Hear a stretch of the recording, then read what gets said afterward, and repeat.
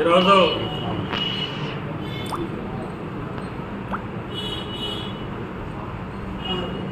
ఇటీవల జరిగినటువంటి సార్వత్రిక ఎన్నికల్లో తెలుగుదేశం పార్టీ, జనసేన, బీజేపీ కూటమి అభ్యర్థులు ఈ రాష్ట్రంలో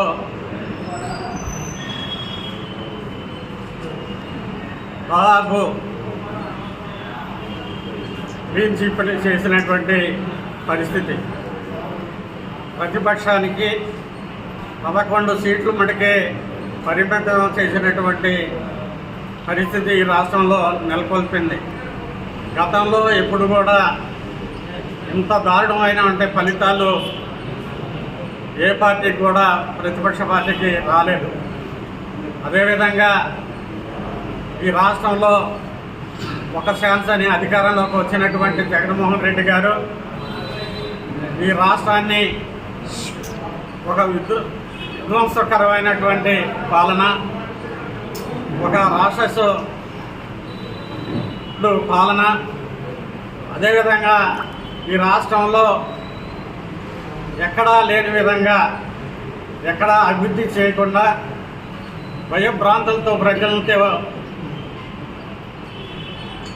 పరిపాలన చేసినటువంటి జగన్మోహన్ రెడ్డికి ఈ రాష్ట్రంలోని ప్రజలు తగిన గుణపాఠం చెప్పారని ఈ సందర్భంగా తెలియపరుస్తూ ఉండ. అదేవిధంగా ఈ రాష్ట్రానికి నారా చంద్రబాబు నాయుడు గారు ముఖ్యమంత్రి కావాలని రాష్ట్ర ప్రజలు స్వచ్ఛందంగా ప్రజలందరూ కూడా ముందుకొచ్చి ఓటు వేయడం జరిగింది.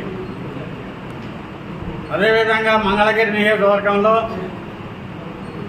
నారా లోకేష్ బాబు గారికి దాదాపు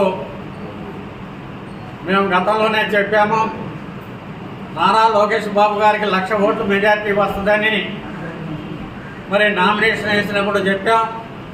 అంతకుముందు అనేక ప్రెస్ మీటింగ్లో కూడా చెప్పడం జరిగింది. అదేవిధంగా ఈ మంగళగిరి నియోజకవర్గ ప్రజలందరూ కూడా నారా లోకేష్ బాబు గారి యొక్క విజన్ అంటే గతంలో 5 సంవత్సరాలు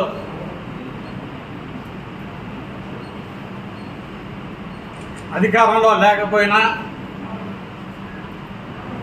ఆయన ప్రజలతో సత్సంబంధాలు కలిగి